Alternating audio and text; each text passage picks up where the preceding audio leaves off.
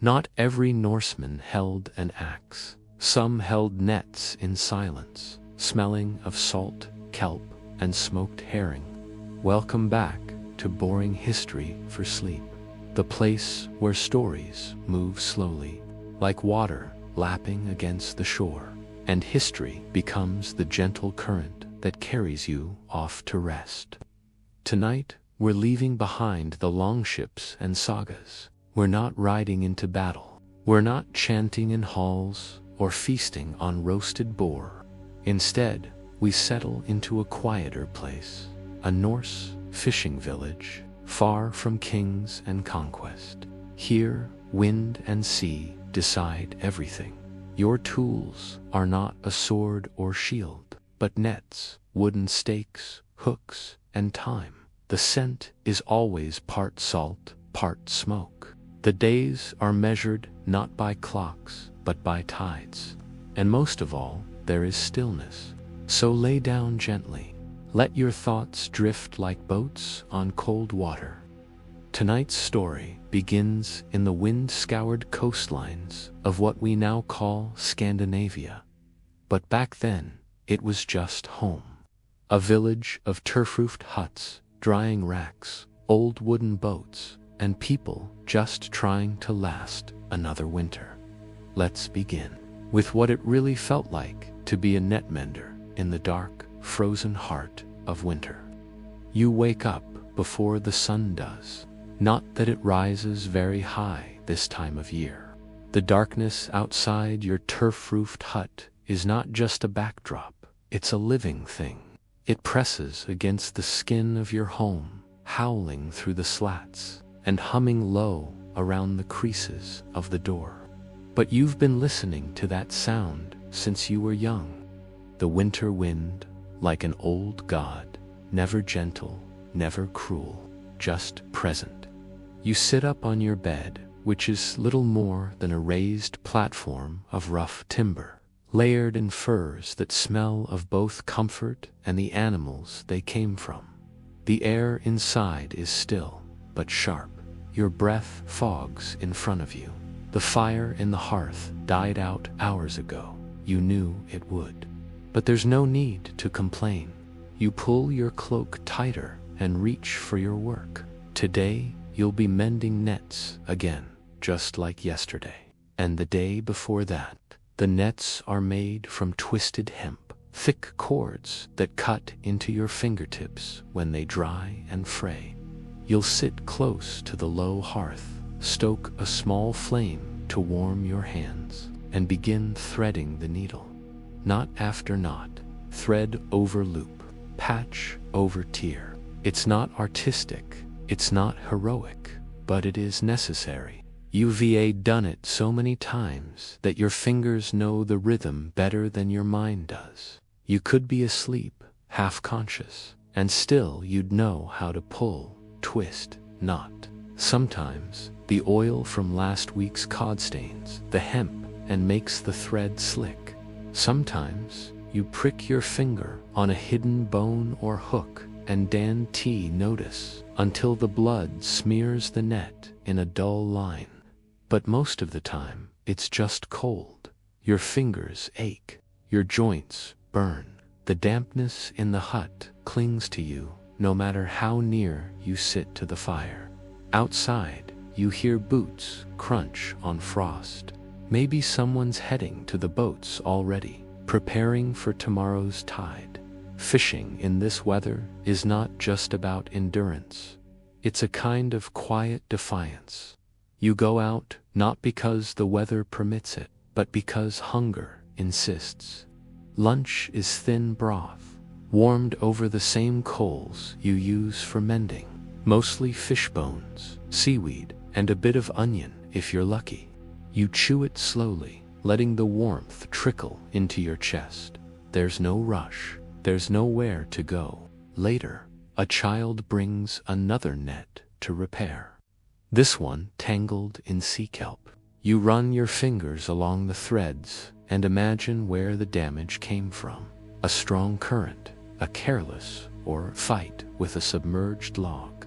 The ocean never tells. Evening comes slowly.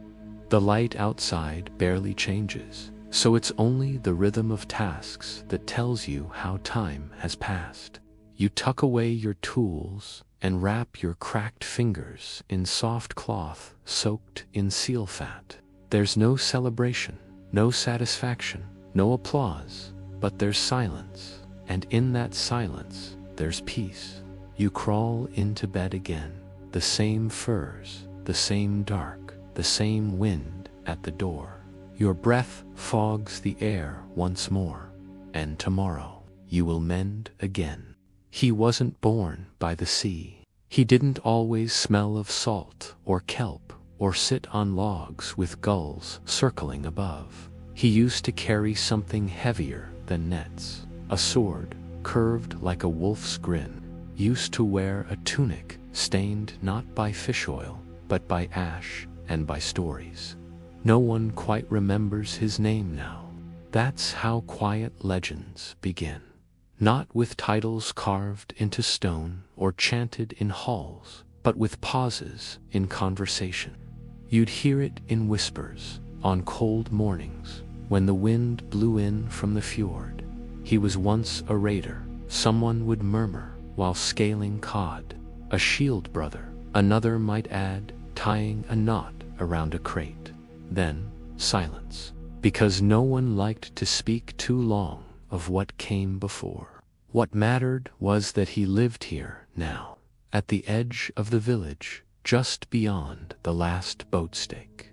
A quiet hut with drying racks and a large wooden spoon wedged into a barrel of pickled herring. He didn't talk much, but he wasn't unfriendly, just content. And in the Viking world, that was stranger than anything else. He fished alone, not because he didn't trust others, but because his rhythms were different. He went out before the sun and returned long after it had dipped below the icy ridges. His boat was small, carved by his own hand, patched over years with bits of mismatched timber. It groaned when it moved through the water, not fast, not powerful, just persistent. The other villagers noticed he never missed the tide. He always knew when the fish would come, even on still days, when the water barely stirred and the sky hung like wet wool. He'd return with baskets full. Cod again, he'd mutter softly, a smile tugging at one side of his face. He never boasted, never told tales. But sometimes, when a storm rolled in and the men gathered around the fire, someone would ask, why did he stop? And the elders would just shake their heads. No one really knows. Some say it was grief. Others say he found something deeper in the tide than in battle. But the truth, if there was one, was quieter. He once told a child, in a whisper almost drowned by waves, I had enough noise. Now I want rhythm. You could watch him sometimes on shore, mending his nets, slowly, humming to himself, a tune no one else knew. His fingers were scarred, not just from hooks and salt, but from years holding weapons too tightly. Now they moved with careful purpose. On some days, he carved driftwood into the shapes of small sea animals. He'd hang them above his doorway, or gift them to passing children. No sagas were written about him. No skalds sang of his catch. But when winter bit hard and hunger settled in, his name always came up. Someone would knock at his hut. He would answer with a nod, and a few hours later, they'd leave with a basketful. He asked for nothing, only silence. His boat, in time, was passed on to a younger fisherman. His hut stayed empty for a season, then was filled again by the sea wind. Some say he walked into the fjord one morning, holding a small wooden fish in his hand. Others say he simply slept and didn't wake. But no one mourned loudly. They just nodded and whispered. He found peace. And in that village, where the wind always spoke louder than people. That was the highest kind of honor. The sea was always more than water. To the people of the fishing village, it wasn't just something they sailed across or pulled fish from. It breathed, it listened, it remembered, and in turn they spoke to it, not in loud voices or with grand gestures, but in small, quiet ways, little rituals, tiny tokens, sea offerings, passed from calloused hands to the deep. It began before dawn. You wake up in the dim light of your thatched house. The fire is cold, the coals are sleeping, but outside the tide is whispering. You bundle yourself in wool. You step out into the mist, the salt already on your lips before you've reached the boat. It's the day of a crossing, a long one. You're not going raiding, not this time. You're not setting sail for far-off markets or to fetch timber. This journey is for fish, but more than that, it's for thanks and for asking. You board your boat, the same one your father once rowed, and his mother patched with birch tar. The others join, stepping lightly, their movements silent, out of habit, not command. But before the first oar touches water, the oldest among you reaches into his satchel. Out comes a bundle, wrapped in cloth, tied with twine. He unwraps it slowly, careful, fingers respectful. Inside, a carved fishbone charm, a tiny figure made of driftwood, a piece of iron curved like a fishhook but not meant to catch. All things shaped by sea and hand. The charm is passed around. Each man touches it. Some close their eyes. No words. Then gently it is lowered into the sea. No splash, just a soft drop.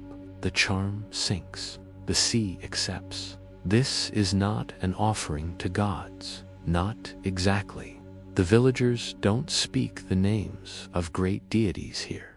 Odin, Thor, they live in the longhouse tales. But out here, on the fjord, the sea itself is enough.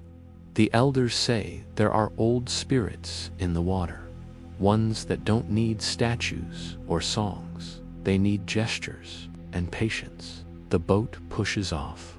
With each pull of the oars, the mist seems to fold around you like a blanket. The wood creaks in rhythm. The water parts gently. You pass the cliff that always watches, a black tooth of stone where gulls nest and call, and below it, it's silent here in a way that's heavy, like the sea is holding its breath. You drop your lines, but not immediately. First, another offering, a simple iron hook, no barb, tossed gently into the water, a token, a payment, a promise. One of the younger men murmurs a few words, as if the sea, satisfied, is now giving something back. It's not just superstition. You've seen what happens when the offering is forgotten, nets that return empty. You remember a tale once told by the grandmother who still weaves nets by her door. She spoke of a fisherman who mocked the offerings. He said the sea didn't need tokens, she had whispered, nodding hemp as she spoke. Next season, he caught nothing but jellyfish. No one laughed, no one argued. The sea listens. Back on shore, there are smaller offerings too. At the edge of the dock, a child ties a piece of cloth to a wooden post, a strip torn from her worn tunic. She dips it in seawater and leaves it fluttering in the wind. In the village, just beyond the boat sheds, a small shrine of stones marks a place no one steps on. It's not sacred in a grand way, it's just respected. People leave shells there, sometimes bits of rope, or broken, or handles, or carved driftwood fish. The sea takes, but it also remembers who gives. During storms, some whisper into the wind, not to chase it away, but to be heard. They ask the sea to keep the boats steady, the moorings strong, not for safety, but for stillness. When someone is lost, truly lost, the offerings change. The villagers light small oil lamps and set them on scraps of wood, not loudly. Instead, they watch the lights drift, carried by the current, swallowed by the mist. And in the morning, if one of those lamps returns, caught in the reeds, still flickering, it's seen as a kind of answer, a sign the sea remembered. You return to shore now, your boat heavier with fish, but your mind quieter. You step out onto the dock, your legs unsteady, your hands cold. You think about the charm that sank into the deep, what it meant, what it might become. Maybe it will drift for years. Maybe it will be caught in seaweed. Or maybe, just maybe, it will rest at the bottom beside hundreds of others. The mist curls around your shoulders. You feel somehow held. And as you close your door and the fish are salted and the nets are hung, you whisper a word, not to a god, but to the tide. Thank you. Not far from your modest fishing hut, past the last smokehouse and the boundary stone marked by runes you were never taught to read, the ground rises slightly, just enough for a longhouse to stand a little higher than the rest. Not towering, not gaudy, just slightly elevated. That is the Jarl's Hall. You don't visit often. It's not forbidden, but it is ... different. You live in fish, salt, and rough wool. The Jarl lives in stories, and carved wood, and warmth. It begins with the door, thick oak planks bound with iron bands, and a handle carved to look like a serpent's jaw. You remember touching it once, as a child, and feeling the grooves of its teeth like tiny ridges of power. Inside, the air is always warm, not smoky like your own hearth, but filled with a kind of sweet weight. Mead, seasoned meat, the faint tang of preserved apples, a scent that doesn't leave your clothes for hours. There are rugs, real ones, woven from fur and color, some from trade, others from tribute. You step lightly on them, because stepping heavy would feel wrong. At the far end of the hall is the Jarl's seat. It is not a throne. No crown is worn here, but the chair is tall, carved, cushioned with reindeer hide. The Jarl doesn't always sit in it. Often he leans or stands with one foot on the step. It's a posture thing, showing ease, not command. He listens more than he speaks. Around the hall, wooden pillars rise like silent sentries. Each one tells a story. Carved bands showing battles, voyages, strange beasts, and knots with no beginning or end. You've traced those knots with your eyes while waiting for a bowl of broth. You weren't invited, exactly. But sometimes, when the catch was good, or the day unusually still, villagers gather, not as guests, but as listeners. The Jarl likes riddles, not the kind children swap by the shore, but deep ones, wrapped in history, or myth, or metaphor. He poses them slowly, between sips of spiced mead, and lets the silence stretch. Sometimes the answers don't matter. Sometimes the answer is the silence. He'll say something like, "What walks without legs, whispers without mouth, and binds men tighter than chains?" And you'll look at the others, farmers, blacksmiths, the old woman with hands like nets, and all will just sip their drinks. Later, you'll realize he meant wind, or memory, or maybe obligation. It doesn't really matter. There are bards sometimes, too. Not singers, not exactly. They speak in rhythm, half poems, half tales.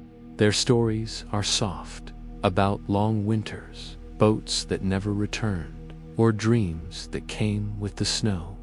You once heard one tell of a man who carved a fish from bone and fed it secrets.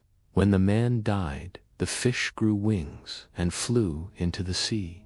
You don't know what it meant, but you still remember it. The food here is different, not in ingredients. You all eat fish, after all, but in texture, in patience. Where your meals are boiled or dried, here they are layered, sprinkled with herbs, poured into wooden bowls that shine with beeswax polish and the mead. You've tasted it only once, sweet, sharp, thick as memory. It warmed your throat, but more than that, it made you feel seen, not by the Jarl, by the hall itself. Because here, in this carved, warm, velvet breathing room, stories live. Not just the ones told aloud, but the ones worn, nodded, passed in glances. The Jarl's cloak is made of fox. You once saw a silver brooch at his throat, shaped like a raven, with a green stone eye. His boots don't squeak, his dogs do not bark, his children are quieter than yours. They learn to speak last, but to observe first. That's the difference. While you haul nets and mend sails, they learn silence.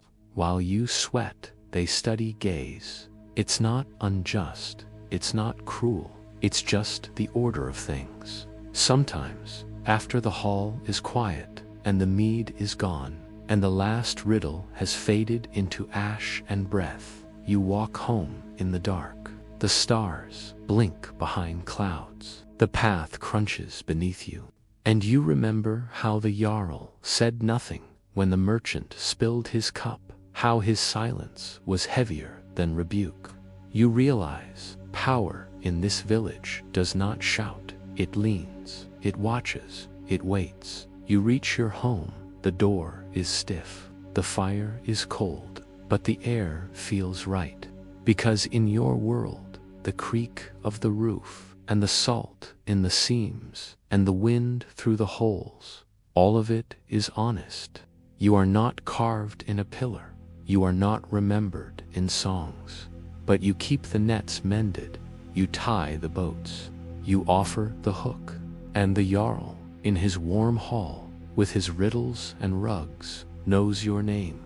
Not because you are important, but because you matter. And in the rhythm of the village, where the sea speaks, and the fish come, and the wind waits, that is enough. The Jarl dreams of glory. You dream of quiet, and both are necessary. As you drift to sleep, the fire catching again, the cold stepping back for now. You feel the shape of the hall in your memory, like a warm weight at your back, and you rest, knowing the village breathes. There is no clock in your home, no bell to toll the hour, and yet the air knows what time it is. The morning begins, not with light, but with weight, a heaviness in the sky, in your limbs, in the folds of your tunic that still smell faintly of brine. You step outside, and even before your eyes fully adjust, you smell it, salt. Not the clean, fresh tang of sea spray, but the thick, acrid scent of drying fish, smoke, and blood. The scent clings to your clothes, your hands, your hair. It is the smell of work, of survival. At the edge of the village, half hidden by rocks and a leaning fence of driftwood, is the salt pit. You walk to it slowly. There's no need to rush. The fish wait, the salt waits, and the sun, if it rises today at all, will only bring with it more cold. You and 2 others tend the pit today, a wide, shallow space, dug into the sand and lined with stone, filled with racks and nets, hooks and buckets, barrels and knives, dulled by time, but trusted all the same. The process is simple, though never easy. The fish arrive first, in baskets, sloshing with seawater, eyes clouded and mouths agape. They are sorted by size, by use. Some will be dried, others packed in salt. A few set aside for immediate use. If there is a feast, a visitor, or simply too much hunger in the eyes of the children, your fingers work quickly, but not carelessly. You slice, you gut, you rinse, again and again and again. Each fish is an act of patience. The salt is heavy, not like the wind or the sea or even grief. It is heavy in the arms, in the back, in the way it settles into your joints and dries your knuckles until the skin cracks like old rope. The salt doesn't ask, it insists. You layer it between fish in long wooden barrels, thick handfuls pressed down with the palm of your hand. The salt burns a little in the cuts. You grow used to that, like you grew used to the smoke from the fire pit and the hiss of boiling water and the slippery floor beneath your boots. You talk little while you work, not because you are forbidden, but because the task has its own rhythm, a silence of necessity, not obedience. Sometimes, though, someone hums, just a soft note, a memory of something sung last spring, or a lullaby once whispered to a child, and it is enough. The salt pit is not beautiful. It is not written about in sagas, but it feeds the village in the heart of winter. When the boats are frozen to the shore, when the snow comes so fast it covers footprints in minutes, when the sun rises late and leaves even earlier, then, in the deepest corner of the hut, a salted fish is unwrapped, tough, sharp, but nourishing. You chew slowly, eyes closed, and you remember the pit, the slicing, the layering, the burning in your hands, and you are thankful. Because not all heroes carry swords. Some carry salt, and they keep the fire burning one more night. There is a corner in every Viking house where the light bends differently, not because the windows are wide, they are not. The openings are small, mere slits, and placed high along the walls to keep out wind and curious eyes. What light they allow is softened by animal grease stretched thin across scraped wood. And yet, in this corner, the light settles differently. It doesn't spill or blaze, it lingers. A haze of floating wool fibers, invisible elsewhere, becomes visible here, drifting, hanging in the air like quiet thoughts not yet spoken. This corner belongs to the loom, spun from sheep whose names are long forgotten, dyed with plants gathered in summer heat, and woven into shapes that carry stories no one bothers to tell out loud. Imagine yourself waking up in this house. The sky is still dark, not because it is night, but because winter does not offer much sun. A dull gray light presses against the slits in the wall. The thatched roof creaks as wind rides its brittle bones. The hearth at the center of the house smolders, not blazing, but holding on, the way coals do when left with a whisper of breath. You rise slowly, not from laziness, but from care. The floor is packed earth, cold and uneven. Somewhere in the house, someone stirs. A child coughs. A dog shifts. The rustle of straw. You listen, not because you must, but because in the quiet, the small things become large. There is no rush. The fire needs coaxing. You crouch beside it and blow gently, not all at once, a long, careful breath, like waking an old friend who doesn't like surprises. The embers respond, first with a glow, then with a tiny flame. You feed it dry twigs and wood that smells of peat and smoke and long-forgotten forests. The house begins to stretch and yawn around you. No one speaks. Morning in the north is not loud. It unfolds, and you move to the loom. The frame is wood, smoothed by years of touch. The strings are wound tight. This is a warp-weighted loom, where gravity does some of the work, pulling the threads downward, with stones tied at the bottom. Each thread hums with tension, not harsh, but alert.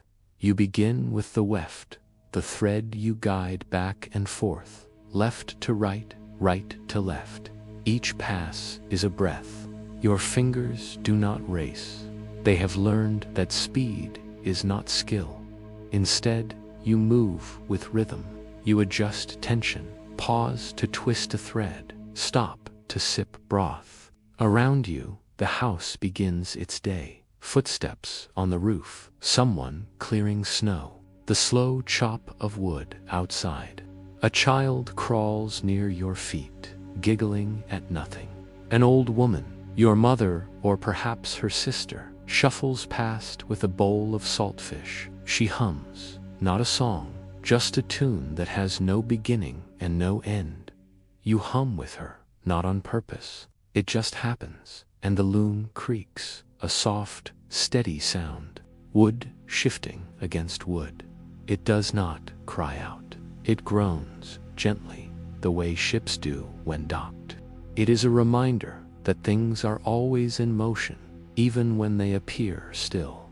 You weave a blanket today, not for yourself, perhaps for a cousin expecting her first child, or for the Jarl's steward who gave you extra grain last season. You do not weave names into your work, but you do not forget them either. The pattern you choose is simple. Diamonds, repeating. It is not art, but it is memory. Outside, snow begins to fall. Not hard, just adrift. The thatch above holds most of it, but flakes still slip through the seams. They land on your cloth and melt. You don't mind. Everything melts. The day continues. Someone enters, stamping boots, brushing off snow, carrying a bundle of dried cod. He nods. You nod. Words aren't needed. You both know that the cod will go in the pot, the stew will feed the house, and the blanket will be done by week's end. You keep weaving. By midday, the light changes. It shifts, not because the sun is bright, but because it has finally risen above the line of the neighboring house. For an hour, it strikes the loom just so. The threads shine, the dust glows, and the whole corner seems to breathe. You take this moment to rest. Your hands fall to your lap. You stretch your back, roll your shoulders. The air is thick with warmth, not from fire, but from life. Someone has left dried apples in a bowl near the hearth. You eat one, slowly. It tastes of summer, sweet but dry. You remember the day they were sliced, laid on slats above the fire, turned each hour, the children sneaking bits when they thought no one looked. You smile and return to the loom. Later, when the shadows grow long, you change your thread from undyed to a deep rust red, made with madder root soaked in vinegar. The cloth shifts slightly, a new stripe forming. It is not exact. No loom is perfect, but it is alive. By evening, the house is full. The fisherman returns with empty nets. No catch today. The hunter brings a goose. The child has scraped her knee. Someone sings a song about a seal that turned into a man. You keep weaving. The fire grows bold again, fed with driftwood and pine. The room flickers. You tie off the end of the weft, fold the cloth you've made, and set it aside. Tomorrow, you will wash it in the stream, beat it with flat stones, hang it to dry on the line strung between two crooked posts. But tonight it rests, and so do you. You lie near the fire. The blanket you wove last winter covers your legs. A dog sleeps at your feet. The loom stands behind you, silent now, but not forgotten. It will wait, it always does. And as your eyes close, the creak of its frame echoes gently in your memory. Not loud, just enough to remind you that even in stillness, something is always being made. The boats do not begin in water. They begin in the forest. Long before the ship slices through the tide, it waits quietly in a tree, not as a boat, but as a possibility. The shipbuilder does not see bark and branches. He sees a curve, a line, a bend that only exists in wood shaped by age and wind. He walks among the trees with his hands behind his back, head tilted, eyes squinting toward the sky. You follow him one morning, not because you must, but because the fire is still low, and your fingers ache from spinning wool, and the house is too quiet.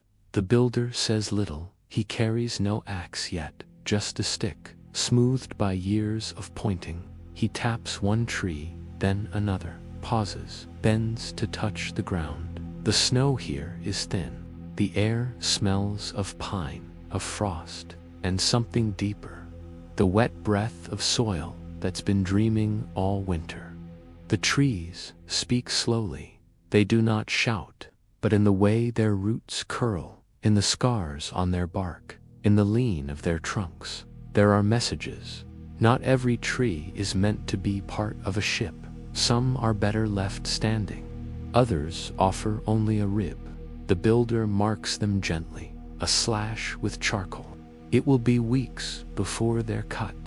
The wood must be thanked first. The land walked again, the village informed. You return to the village before him, but soon the forest comes back to Exon.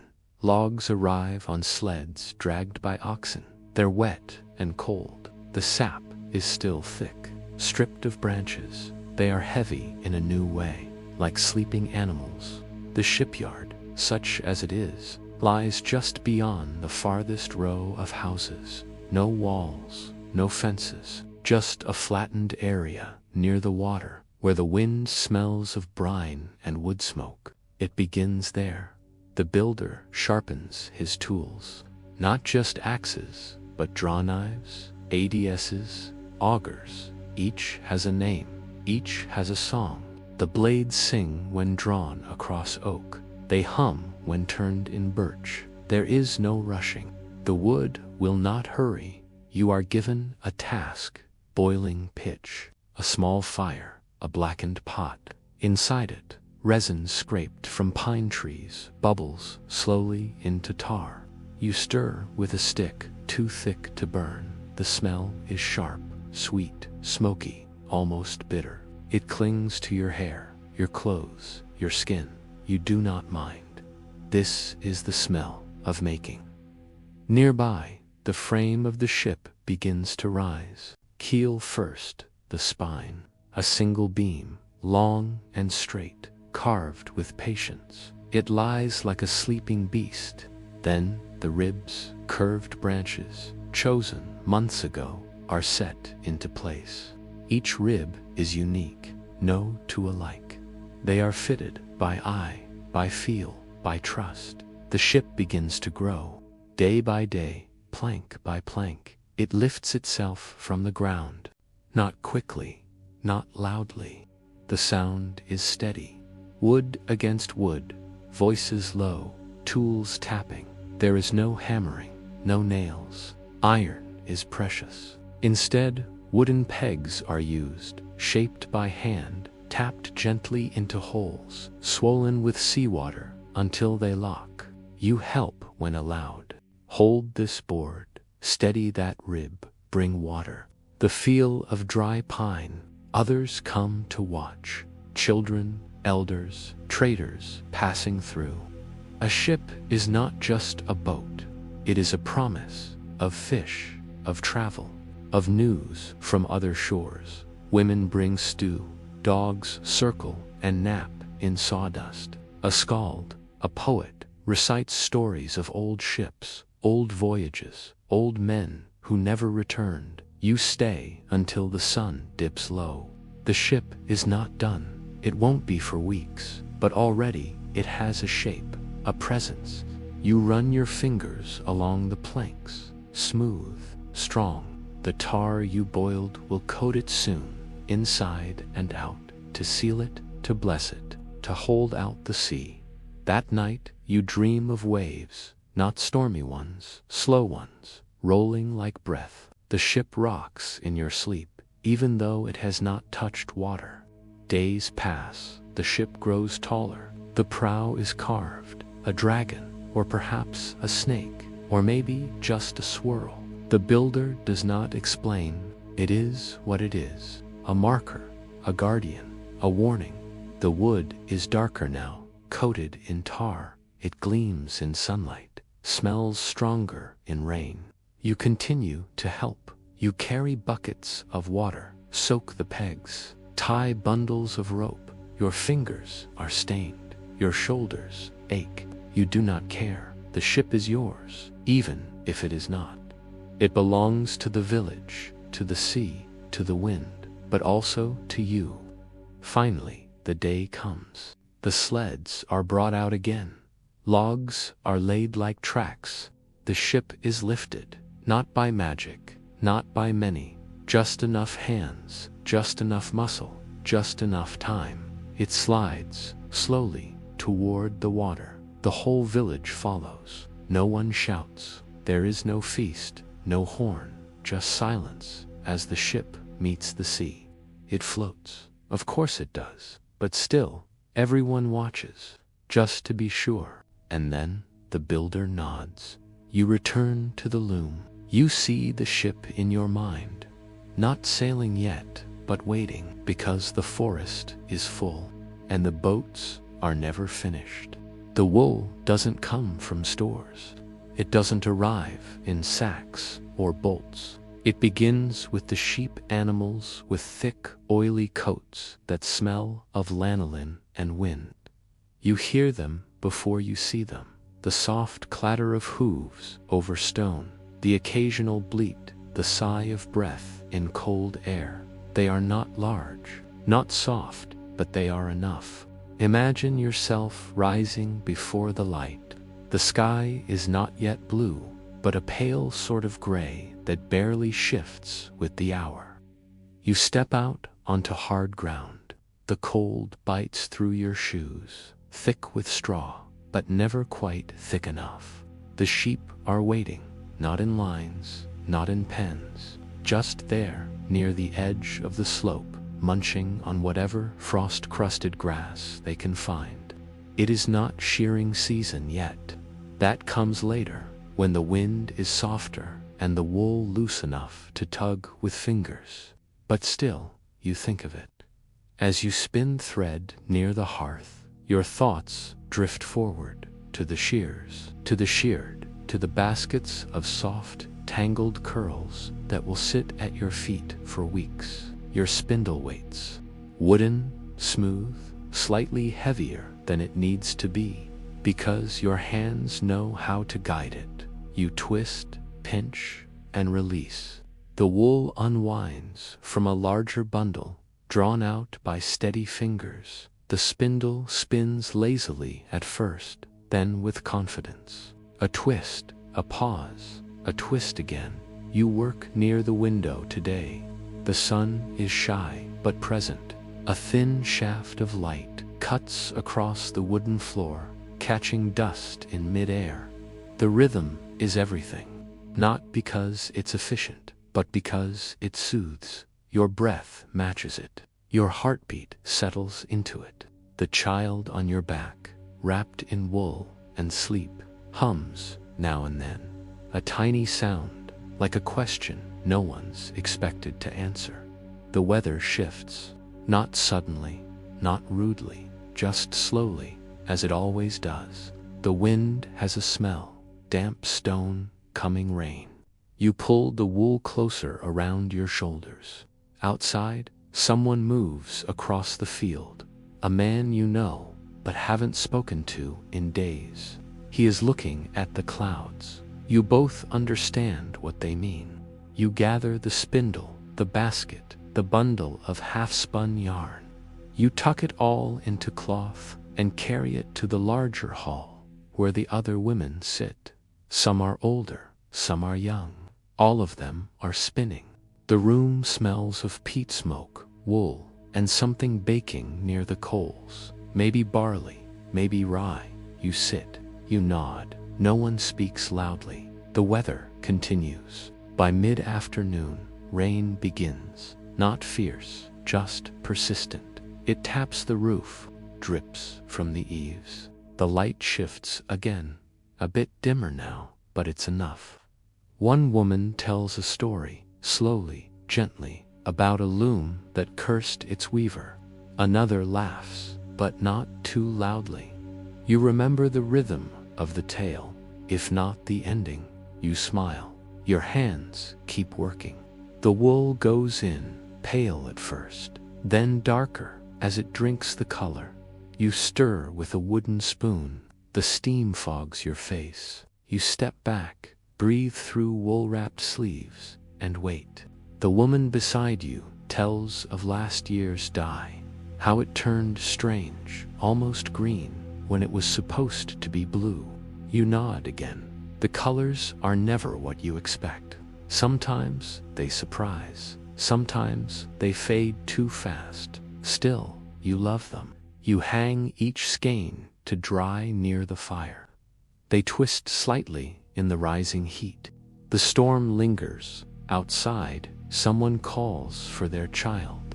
Inside, the light flickers. You have finished 3 hanks of yarn. Not much, but enough. Your fingers ache, but not in a bad way.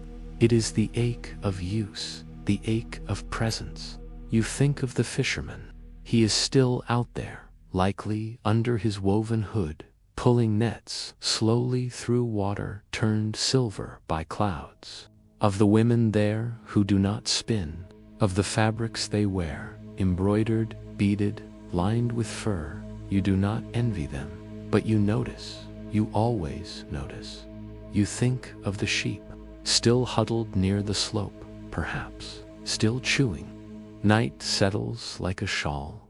You wrap up the yarn, tuck it into cloth, carry it home.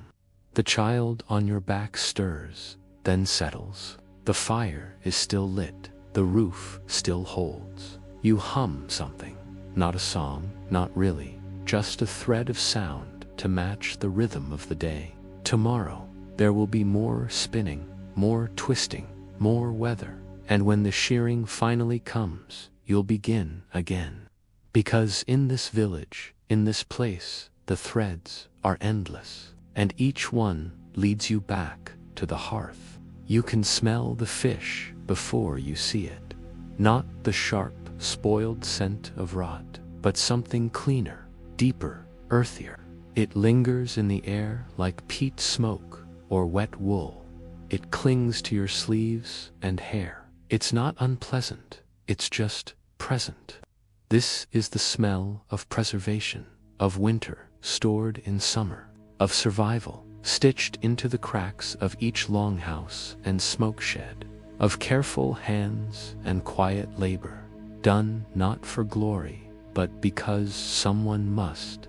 Imagine you're waking up before the sun. The hearth has gone low. You stir the coals. Someone nearby coughs softly. A child rolls over under fur. The ceiling beams above you drip faintly from last night's rain.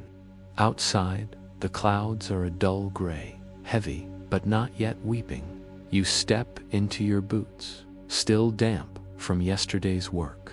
You pull your wool overcloak across your chest and tie it at the shoulder. The floor is cold, so is the door latch. The fish have been caught. Yesterday, the boats returned with their loads. Not many words were said, just nods, thuds of barrels, the dull scrape of wood on stone. The catch was good, not great, but enough. Today, it's time to preserve. You walk slowly to the shed, not because you retired, though you are, but because you know there's no rush. This kind of work isn't fast, it's measured, like breathing. The shed stands low and broad, a little apart from the rest of the village. Its roof is thatched and heavy with damp. Its walls are blackened with age and smoke. The door creaks. You step inside. The smell deepens. Salt, fish, wood, smoke, sweat, time. Inside, others are already at work. A woman turns a fish over, slicing it cleanly from gills to tail. Her knife is bone-handled, stained from use. A boy stirs salt into a wooden trough, his fingers white with crystals. An older man checks the hooks on the rafters, tightening leather cords that will suspend the day's catch above the fire. No one speaks, not because silence is required, but because it is known. The fish are gutted first, cleaned with practiced hands, their entrails falling with soft plops into a waiting bucket. The skins glisten, scales catching the low light. The heads are saved, some for broth, others for drying whole eyes and all. You take a fillet, firm, cold, slick, and lay it into salt. The salt bites, not in cruelty, but with purpose.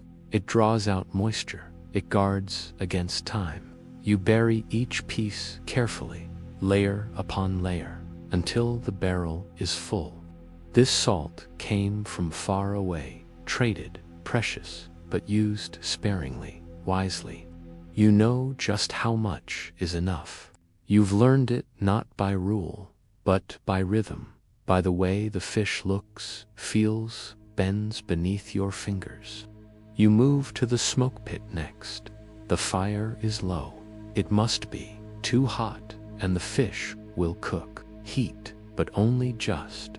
You hang the fillets from rods overhead, one by one, like pale flags or long, thin tongues. They drip, a little clear liquid falling into the ashes. Just wait, watch, turn when needed. Adjust the wood, blow gently on the coals. The others settle too, some with knives, mending nets, others with small looms or tasks brought from home. No one hurries, no one complains. It's how food becomes more than food. How winter is softened before it arrives. How the sea's gift is honored, not wasted. You remember your mother doing this, and her mother too. Their hands always busy, their backs always bent, but their eyes calm, focused, accepting. You check the fish. Some are done, slightly shrunk, firm to the touch, golden at the edges. You lift them carefully, wrap them in cloth, and set them aside to cool. They'll be stored in barrels or hung in the loft, eaten slowly over dark months, chewed with flatbread, washed down with sour milk or ale. Outside, the sky has darkened, not from time, but from weather. A storm is coming. You close the shutters, stoke the fire, and continue. There's comfort in this work, in its predictability, its necessity, its slow satisfaction. You think of the fisherman again, his shoulders sore, his fingers raw from netline. He works in rhythm with waves. You work in rhythm with flame. Together, you make survival, where this very fish might one day lie, steamed, sauced, garnished, where poets will praise its taste, but never its making. You smile, just a little, because you know better. Evening comes. The fish are all hung now. The shed is warm, the smoke gentle. You wipe your hands on your apron. You touch the wall, black with soot but solid. You inhale, and for a moment, it feels like you've preserved something more than food, like you've salted time itself. Something you can return to, in winter, in stories, in memory. You step outside. The wind has picked up. The rain begins, but you are ready. The fish will dry. The food will last. And tomorrow, the fire will be lit again, just like this. There is a silence at the edge of the sea that doesn't belong to any season but feels most at home in winter. Not the busy silence of summer, filled with creaking boats and shouted names, nor the lazy hush of spring rain falling on thawing fields, but a wider, emptier quiet, a stillness that spreads itself over the water like a long-held breath. It is the kind of silence that tells you, enough. The sea has fed you, the nets have worked, the salt is full, the sheds are heavy with cured fish, and the gods, though rarely loud, have not been cruel. But now, as the days narrow and frost clings longer to the eaves of your home, the village knows. One more trip, one more boat, one more conversation with the sea, then no more until spring. Imagine you're standing barefoot in the shallows at dawn. The tide is slow, thick, uncertain. The waves are barely waves, more like folds in heavy cloth. Your toes press into cold, packed sand, and the chill works its way into your bones from below. The sky is gray, not storm gray, not thunderous, just gray, flat and infinite, a sky without decision. Clouds hang like wool, no light, no shadow, just weight. You pull your boat slightly farther into the water. The keel catches, the wood moans. You adjust the rope. Behind you, the village stirs gently, not rushed, not loud. This isn't the first launch of the season, and it won't be a heroic one. No songs, no horns, just a few nods, a few extra hands. You've done this 100 times, but today it feels different. Today the sea feels done. You climb in with 2 others, the oars creak, the boat glides. Not far, just beyond the bay, just far enough for the final cast. You've known these men since they were boys. You've bled beside them in storms, slept beside them under sealskin, argued over ropes and nets and small gods. Today, no one speaks. They don't need to. You reach the spot. It's not marked on any map, but your body knows it. Your arms remember how many pulls it takes. Your eyes see the slope of the distant hills and feel the subtle tug of the current. The boat turns slightly, drifting broadside, and you nod. The net unfurls. It slips through your fingers like silk, but heavier, wetter. You feel its weight, its promise, its long memory. This net has fed dozens, repaired dozens of times, caught fish you can't name. Once, even a broken sword. Another time, someone's boot still tied. You wait. There's no rush now. Not because the catch will be better. It won't. But because the ritual matters. You sit or is idle. One man chews on dried apple. Your own hands rest on your knees, still smelling faintly of smoke and salt. A gull cries. A wave slaps the hull. Time passes like seaweed drifting on the tide. Without pattern, without concern. Then a twitch. The rope in your hand tugs just once. Not strong, not sudden, but enough. You pull, slowly, carefully, like lifting a memory from deep water. The net resists, not because it's full, but because it's tired. Or maybe you are. A few fish come up, glistening, not silver but gray. Winter fish, their eyes duller, their flesh firmer. They flap weakly, resigned. You lay them gently in the bucket. Not many, but enough. You don't cast again. That was the deal. The sea gave, you received. One final exchange. The oars dip again. Water slaps again. The land grows again on the horizon. You breathe at the shore. No one greets you, not because they forgot, but because they already know. The children are inside. The smoke is rising. Someone is mending a sock. Someone else is lighting the day's first fire. The village doesn't mark endings loudly. You tie the boat. You lift the bucket.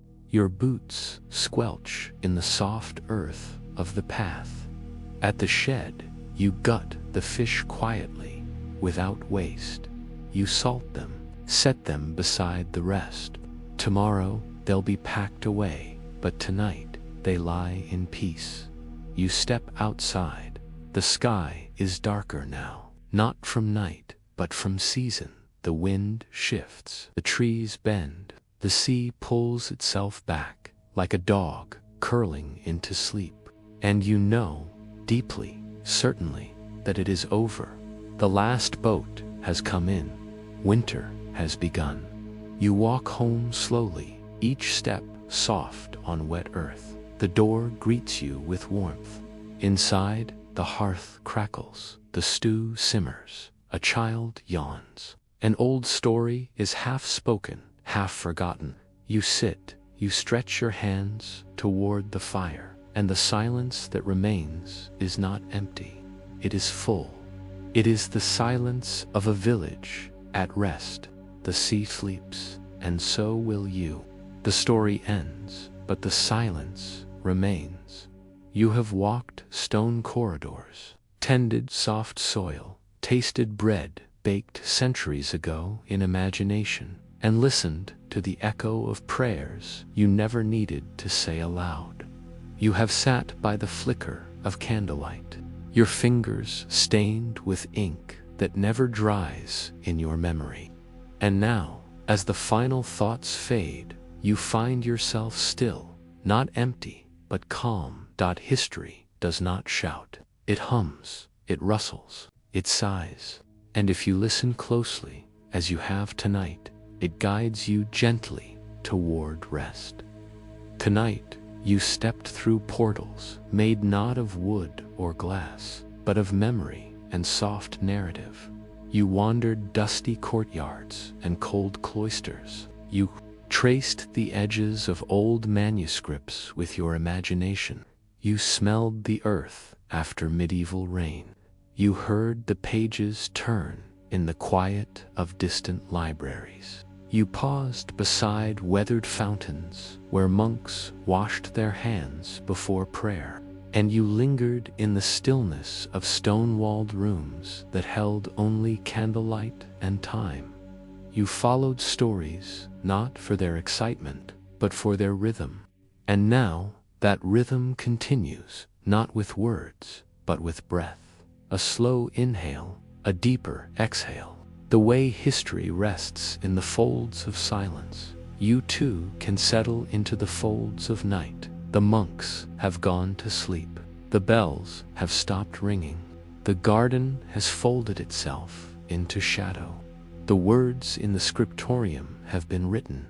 The candles have gone out, and the night has deepened. And here you are, somewhere between then and now. There is no need to hold the facts tightly.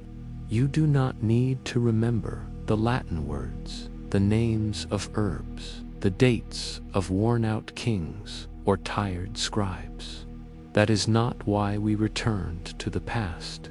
We returned for something softer, for the comfort of rhythm, the repetition of lives once lived, the quiet certainty that no matter how hard or humble a day was, the sun still set and rose again. So much of history is hidden in the ordinary, not the parades or the proclamations, but the quiet rituals. A monk tying his sandals, a mother brushing straw from a cot, a farmer's boots soaked from the morning dew, a child watching. Shadows stretch across stone, and you've been there with them. You've moved among them in the stillness. And now, in your own time, you can let go of the world again. The walls of time are thick, but not impenetrable. With every breath, you've slipped further into a sanctuary where centuries whisper. There's a sacred stillness in this place. The kind of quiet you feel in your bones, the kind that hums under your skin, like the last notes of a song you almost forgot. Your breath has slowed. Perhaps your eyes have closed, or perhaps they linger, blinking slowly in the darkness. There is no rush. Let the weight of the world lift a little now. Let the voices of the past fade into a low hum. Let the wind of time brush gently across your thoughts. You are not alone. Somewhere, across ages and continents, others have closed their eyes beneath a starless sky, on straw mattresses, or stone floors, or tucked tightly into woolen sheets. They, too, knew silence. They, too, listened to night. We so often think of the past as loud. It lived in the hush of early morning, in the scrape of bread on a wooden board, in the soft shuffle of footsteps in candlelit corridors. It lived in repetition, in the seasons returning, in the tasks done daily, year after year. And in that repetition, there was peace. So rest now in that peace. Let your thoughts soften. It's all right if your mind still wanders. If it returns to the story, let it. Let it drift back to the monastery walls, to the fields beyond, to the chapel's echo. Let it loop again and again if it wishes. There is no destination, only the quiet movement through time. The candle beside you has burned low. The ink has dried. Your quill rests beside your folded hands. You lean back. The stone wall behind you cools your skin. You listen. Outside, night creatures stir. A bird rustles in the rafters. The wind shifts through leaves. But inside, all is still. And in that stillness, you begin to fade, not in fear, but in trust. Trust in the rhythm of silence, in the continuation of breath, in the story told not in excitement, but in ease. History was not always made in battle or glory. Sometimes it was made by simply surviving a long winter, by copying one more page, by planting one more root, by folding hands in quiet prayer, by closing one's eyes at the end of a long day. Let yourself feel the weight of centuries lift. Let yourself belong to nothing but this moment. The fire has burned low in the hearth. Ash curls along the stone base. The moon sits high above the cloister roof, casting faint silver across the stones. No footsteps remain in the garden. No bells, no murmurs, only stillness. And in that stillness, the long breath of history continues. Time becomes soft. It slows. The urgency of modern life melts away, replaced by the timeless rhythm of centuries past. You do not need to remember everything. You do not need to understand it all. You only need to feel the quiet presence of the past resting beside you. Let your limbs grow heavy. Let your thoughts drift. Let the night take you gently. The hum of history is like a lullaby, steady, soothing, slow. Perhaps you see an image in your mind, a lone candle flickering softly by a monk's elbow, a quiet courtyard under a slate-gray sky, a quill dipped in ink lifted with reverence, or a chapel door just barely ajar, letting in the hush of morning fog. These are the corners of history that soothe rather than stir. And still, even now, there are echoes not of voices, but of presence. The gentle hush of cloistered routines, the steady rhythm of feet on cold flagstones, the unbroken silence of stone arches bowing overhead. You have been walking through one long twilight, one long corridor of forgotten footsteps, and now you can pause, rest, breathe. There is nothing more to do. The work of the day is done.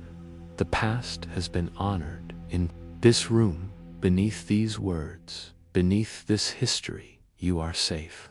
You are still. You are home. And when your thoughts drift once more, they may return to this sanctuary, this echo of lives once lived, this comfort wrapped in old linen, old parchment, old prayer. This is the end of this story, but not the end of rest. Let the quiet take you. Let the hum of time carry you. Let the stillness of centuries soothe you. You do not need to stay awake for the rest. We will still be here when you return, when the next night falls, when history calls again, not loudly, but gently. And if you listen, you'll hear it in the shuffle of straw, the sigh of old stone, the scratch of a quill, the echo of bells long silenced, and the softness of a single breath before sleep. Good night, sleep well. The past is at peace, and now, so are you. The story ends, but the silence remains. You have walked stone corridors, tended soft soil, tasted bread baked centuries ago in imagination, and listened to the echo of prayers you never needed to say aloud. You have sat by the flicker of candlelight, your fingers stained with ink that never dries in your memory. And now, as the final thoughts fade, you find yourself still, not empty, but calm. History does not shout. It hums, it rustles, it sighs. And if you listen closely, as you have tonight, it guides you gently toward rest.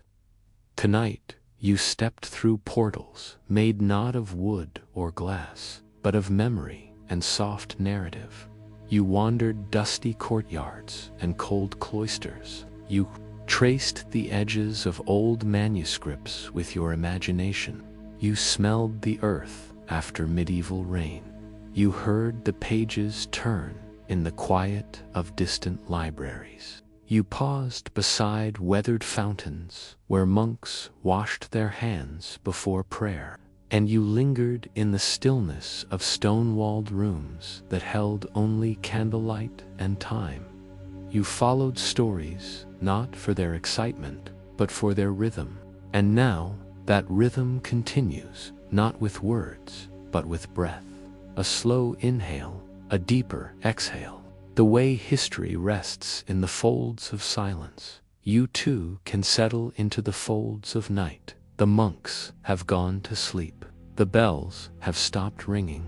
The garden has folded itself into shadow. The words in the scriptorium have been written. The candles have gone out, and the night has deepened. And here you are, somewhere between then and now. There is no need to hold the facts tightly. You do not need to remember the Latin words, the names of herbs, the dates of worn-out kings or tired scribes. That is not why we returned to the past. We returned for something softer, for the comfort of rhythm, the repetition of lives once lived, the quiet certainty that no matter how hard or humble a day was, the sun still set and rose again. So much of history is hidden in the ordinary, not the parades or the proclamations, but the quiet rituals. A monk tying his sandals, a mother brushing straw from a cot, a farmer's boots soaked from the morning dew, a child watching. Shadows stretch across stone, and you've been there with them. You've moved among them in the stillness.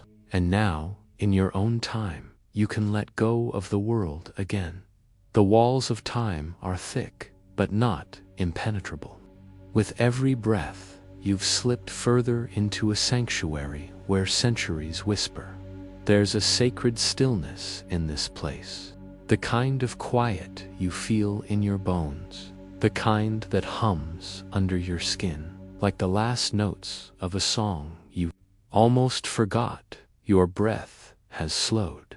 Perhaps your eyes have closed, or perhaps they linger, blinking slowly in the darkness. There is no rush. Let the weight of the world lift a little now. Let the voices of the past fade into a low hum. Let the wind of time brush gently across your thoughts. You are not alone.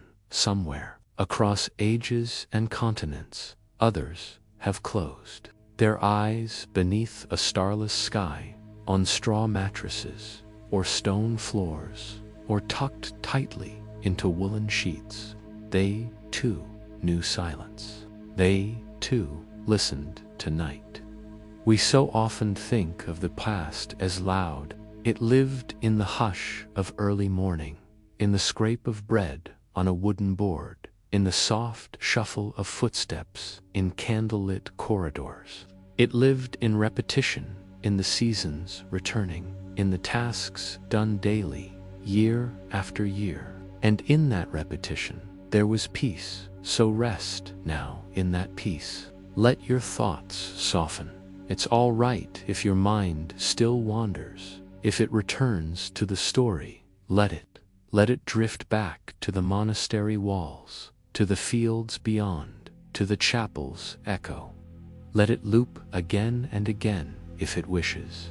There is no destination, only the quiet movement through time.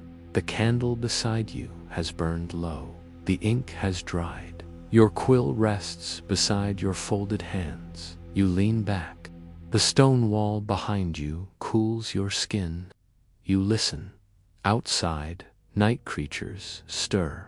A bird rustles in the rafters. The wind shifts through leaves. But inside, all is still. And in that stillness, you begin to fade, not in fear, but in trust. Trust in the rhythm of silence, in the continuation of breath, in the story told not in excitement, but in ease. History was not always made in battle or glory. Sometimes it was made by simply surviving a long winter, by copying one more page, by planting one more root, by folding hands in quiet prayer, by closing one's eyes at the end of a long day. Let yourself feel the weight of centuries lift. Let yourself belong to nothing but this moment. The fire has burned low in the hearth.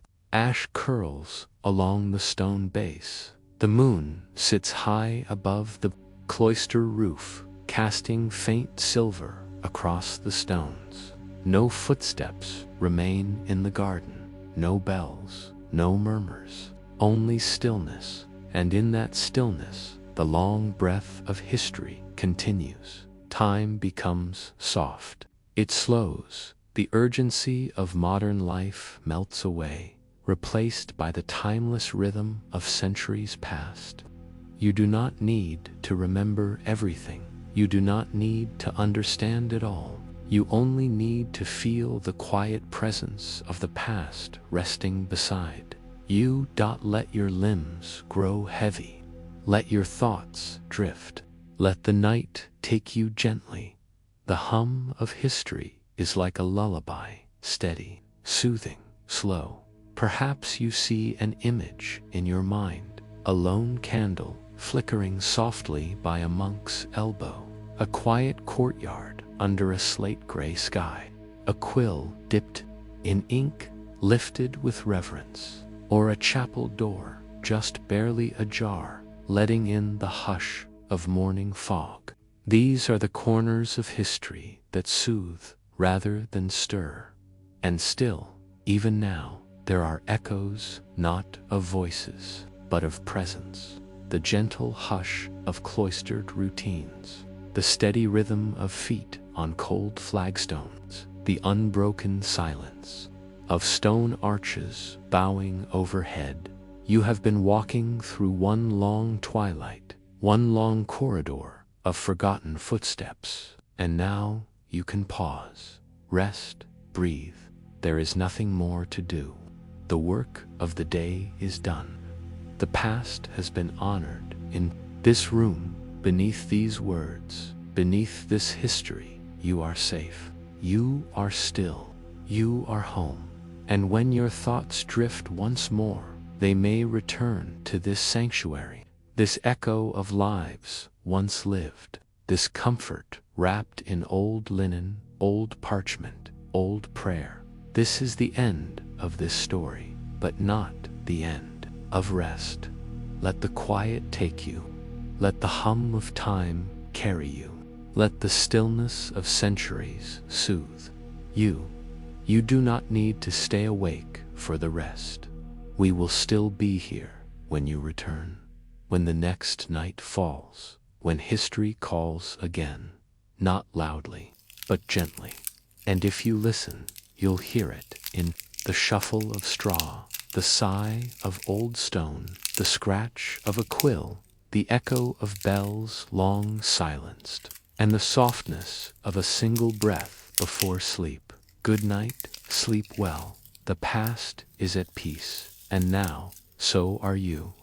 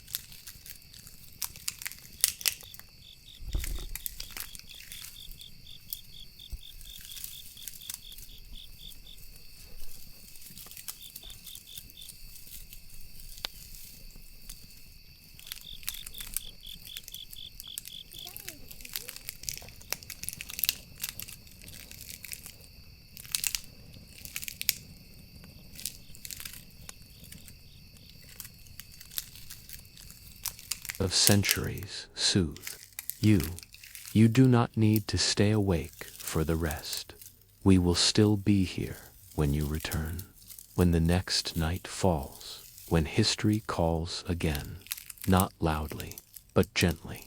And if you listen, you'll hear it in the shuffle of straw, the sigh of old stone, the scratch of a quill, the echo of bells long silenced, and the softness of a single breath before sleep.